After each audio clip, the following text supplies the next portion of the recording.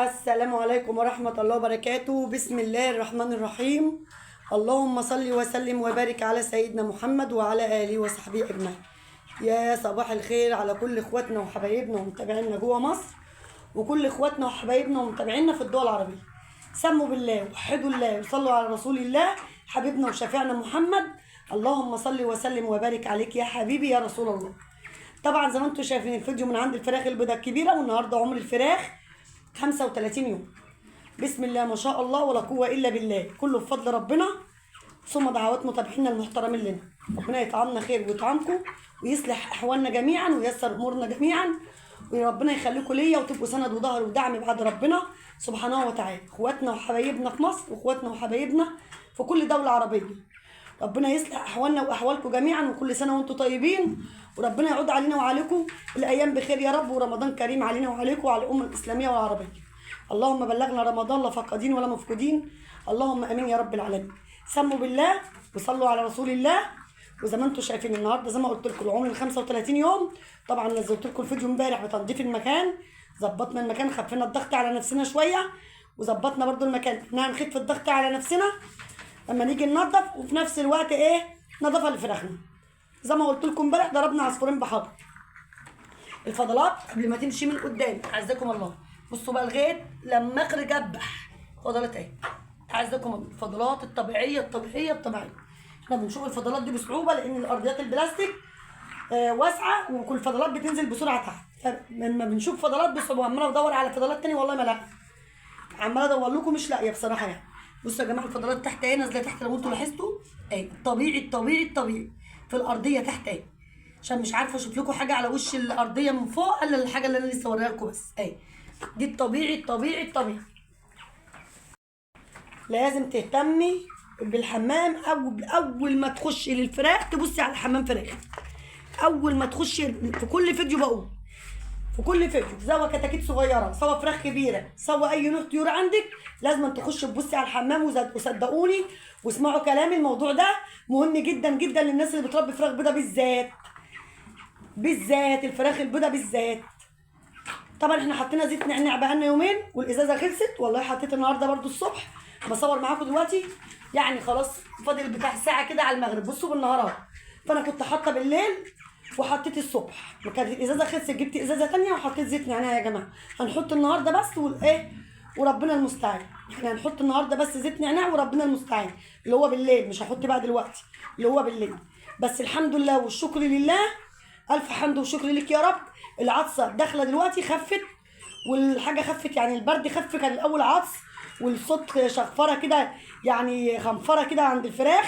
الحمد لله يعني قل بكتير بفضلك يا رب، الحمد لله قل بكتير. ان شاء الله هنحط بس بكره او النهارده وبكره بالكتير قوي زيت نعناع. هو مش مضر ولا حاجه يا جماعه، ولا بيأثر على الفراخ ولا لحم الفراخ، ده حاجه اعشاب وحاجه كويسه. ومش هنحط تاني بقى ان شاء الله، هنحط تاني بقى بالعسل والخميره، الخميره لزياده الوزن والعسل طبعا لزياده الوزن وفتح الشهيه ومنشط للكبد. الحاجتين دول قبل الذبح لازم تهتمي بيهم. بس برضو نرجع ونقول عسل خميره الحاجات دي سوا حلبه، بس الحلبه بتتقطع قبل الذبح باسبوع عشان بتمرر لحم الفراخ. تهتم بالحاجات دي كويس جدا عشان بتزود الوزن. بس في نفس الوقت لو الفراخ عندها اسهالات ايا كان بقى اي نوع اسهال، اي لون اسهال، ما ينفعش تحط لا خميره ولا عسل ولا حلبه، لان الحاجه دي بتزود الوزن. بس لو في اسهالات بتزود الاسهالات. سموا بالله وصلوا على رسول الله. وزي ما انتم شايفين الميه عندهم اهو، احنا مش هنحط ميه لما يخلصوها خالص لان انا حاطه فيها زيت نعناع، مش هنحط ميه لما يخلصوها خالص، ماشي. والعلف موجود يا جماعه، ولا بنجوع ولا بنعطش، العلف موجود اهو. الثلاث علفات فيهم علف والله جوه، بصوا اهو. بحب اوريكم برده اهو، بسم الله اهو العلف موجود اهو، والميه اهي، والميه برده هناك موجوده. عشان كده الفرخ بيقوم ياكل ويشرب وينام، مفيش ازدحام على علفات ولا سقايات. ليه؟ لان احنا ما بنجوعش. طب هنعمل ايه دلوقتي؟ سموا بالله كده وتعالوا نوزن العمر ال 35 يوم ونشوف النهارده عمر 35 يوم معانا الوزن قد ايه. برضه هنجيب صغير ونجيب كبير، مش هنركز على ديكين 3. ركزوا معايا الناس بقى اللي توزن وتجيب ديكين 3 كده تستثقلهم وتقول يا نهار الهنا الوزن 3 و4. لا، انا هوزن ده وهوزن ده اللي هيجي في ايدي. بس لو ما جاش في ايدي حاجه خفيفه هجيبها، انا هتعمد اجيبها. يعني انا لما بيجي في ايدي حاجه تقيله بتعمد اجيب الخفيف. ليه بقى؟ عشان اطمن قلب المتابع. ام مصطفى عندها كل الموازين كده، تلاتات واتنينات ونص مثلا، احنا لسه على الله ما وزناش. بس انا بقى مش عايزه ابقى مميزه او ابقى مميزه بالكذب، لا، بما يرضي الله. نوزن تقيل ما جاش معانا الخفيف، هنقوم نتعمد نجيب الخفيف عشان نطمن المتابع اللي بيربي معانا ونعرفه ان زي عندي خفيف وعندي تقيل وعندي، بنطمن بعض كده ببعض، ما نضحكش على بعض. لسه الحمام حالا اهو. اهو الطبيعي. الحمام ده ركزوا عليه الطبيعي. ماشي؟ سموا بالله وصلوا على رسول الله. وتعالوا بقى نوزن الايه؟ نوزن عمر 35 يوم. بس اهم حاجه نشيل بس اللي ايه؟ العلافات والسقايات دي، علشان فراخ بتجري مني ممكن توقع العلف في الارض او توقع الميه على الارض. طبعا زي ما انتم شايفين لسه مشغله الميزان حالا، والميزان اتشفر قدامكم حالا. بصوا بقى، انا ببقى قاعده حواليا الفراخ، ايوه حواليا جنبي وفي كل مكان الفراخ. اي فرخه بقى بتقابلني بوزنها. المهم سموا بالله وصلوا على رسول الله. هنحط الفراخ على الميزان ونوزن واحده واحده، بس انا لوحدي والميزان عفوا الفراخ بتهمدني. اي حاجه هتبصوا فرخه حاسه ان هي صغيره اهي، بسم الله الرحمن الرحيم، اي فرخه هتقابلني هحطها اهي جنبي والله اهي. اصبري يا حاج اصبر، بسم الله اهو. كيلو 860 فرخه اهي، كيلو 860 جنبي، ما بختارش. وادي اختها كمان اهي واحده برضو جنبي. انا بجيب لكم اللي جنبي، لكن انا بقى يعني اول واحده دي تعتبر خفيفه خالص ان انا وزنتها اهي. ميزان متشفر والفرخه في ايدي. اللهم صل عليك يا نبي، اللهم صل عليك يا نبي. 2 كيلو 310 اهي، 2 كيلو 310. عمري 35 يوم يا جماعه. 2 كيلو 310. نشوف حاجه تاني.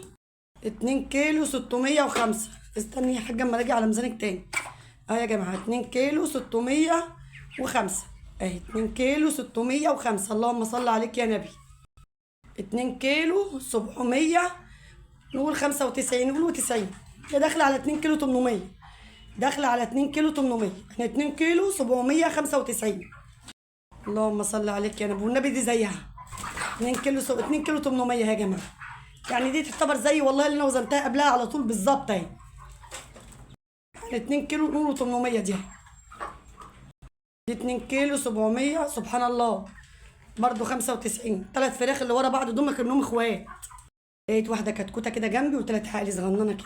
كيلو 520 جرام. بصوا كيلو 520 جرام. امبارح انا وزنه واحده في الوزن، واخده واحده في الوزن ده شوياها.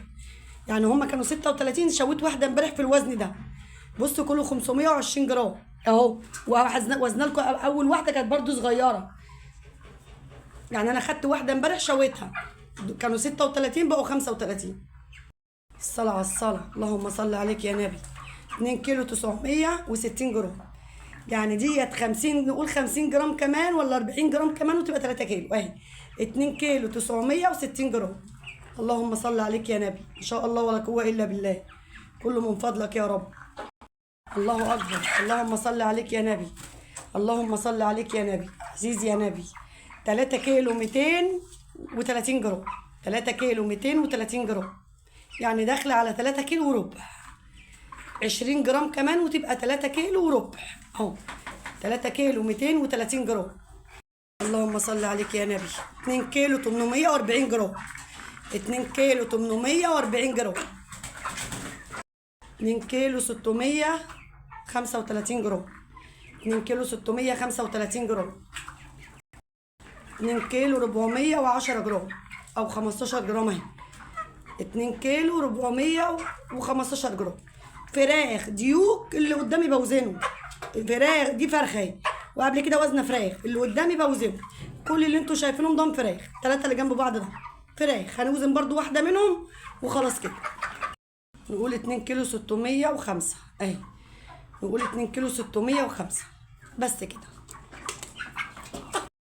طبعا زي ما انتوا شفتوا الموازين، كبير صغير وسط كله وزنت، كله وزنت بما يرضي الله، وربنا شاهد عليا بما يرضي الله. بسم الله ما شاء الله ولا قوه الا بالله.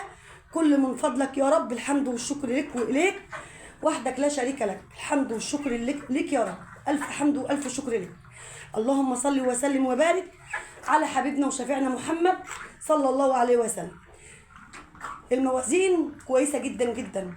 عمر 35 يوم دي يا جماعه، ان لسه كمان اليوم ما مشيش والنهار ما طلعش، لسه هياكلوا تاني، ولسه الليل طويل هياكلوا تاني، بس بقول لكم بالنهار. يعني الموازين معديه الثلاثه واللي 3 والاثنين 900 والاثنين 800. الموازين كويسه جدا. ممكن يكونوا فرختين 3 زي ما قلت لكم قبل كده، وارد فرختين 3 في الدوره كله نص كيلو 700 كيلو 600. اشووا يا جماعه، اشووا. ايه يعني اشووهم حلوين رضا. انت مش عايزه كله كحك كحك، لازم يبقى فيه منين برضه. يعني مش كل حاجه هتبقى وردي معاكي، لازم يبقى فيه فرختين 3 كده، مثلا كيلو ونص. على فكره الكيلو ونص ولا الكيلو 600 اللي انا وزنتهم لكم الصغيرين دول، او الكيلو 800، ممكن عقبال ما لو قعدتي 5 ايام كمان ممكن يقفلوا معاكي ال2 كيلو يعدوا. هتبقى الفرخه مش وحشه طبعا. يعني لو فرختين 3 قفلوا معاكي في نهايه الدوره، مثلا على وزن اللي انا وزنته لكم ده، في فرختين 3 اضعاف ممكن يقفلوا معاكي الاثنين. والكيلو 800 دي ممكن تبقى 2 كيلو ونص، واللي كيلو 600 ممكن تبقى 2 و2 وربع. فالمهم ان ربنا بيكرمنا، وربنا بيسترها معانا وبيدينا على قد تعبنا، وما بيزعلناش الحمد لله، وبيدينا على قد تعبنا الحمد لله، والحاجه بتنتج معانا. وخصوصا الفراخ البيضاء التربيه بتاعتها حساسه. تربيه الفراخ البيضاء حساسه، فاما دوره ربنا يكرمك وتنجح معاكي مش مشكله. طلع في مثلا في 40 كتكوت نافق 4 كتاكيت 5 كتاكيت، احمدوا ربنا. اعزنك ما اشتريتهمش. هتجيبي 30 هاتي 35، هتجيبي 40 هاتي 50. لو مات منهم حاجه مش هتزعلي، بقى اسمي برضو ربنا كرمك ووصلتي مثلا للايه، للحاجه اللي انت كنت عايزاها بالظبط. ان كانوا 30 جبتيهم وان كانوا 35 جبتيهم. احنا مات مننا 4، يعني هو اصلا الدوره دي كانت 40 مات منهم 4، وانا كنت في نيتي اشتري 35، اشتريت ايه 40 مات منهم 4، وامبارح ذبحت واحده والله. يبقى كده ايه اللي موجود 35. عايزين ان هم ال 35 اللي انا اشتريتهم. فربنا الحمد لله ما بيزعلش حد. الوزن كويس، وطبعا حطينا العلف الحمد لله. وطبعا الميه بقى زودت سقايه حطيتها في سقايه تانيه، وجبت واحده كمان عشان ممكن يشربوا ميه كتير، ابقى انا كده نازله مش قلقانه. اخرت عليهم شويه يبقى عندهم ميه بزياده، والعلف كده كده موجود. فالحمد لله والشكر لله، الوزن كويس جدا جدا، وربنا يطعمنا ويطعمكم اللهم امين يا رب، وما يزعلش حد. وكل حد جايب حاجه لرمضان ربنا يجعله يا رب كده، يجعلها كده دوره الخير والسعاده عليكم، ويطعمكم خيرها وما يزعلكوش ابدا اللهم امين يا رب. يلا حبايبي، ده الفيديو بتاعنا كان النهارده، وزن العمر ال 35 يوم. يا رب يكون الوزن عجبكم وينال رضاكم، وبالله عليكم يهمني رايكم في التعليقات على الوزن، وربنا يطعمنا كلنا جميعا خير يا رب. اشوفكم على خير واشوفكم في فيديو جديد، والسلام عليكم ورحمه الله وبركاته.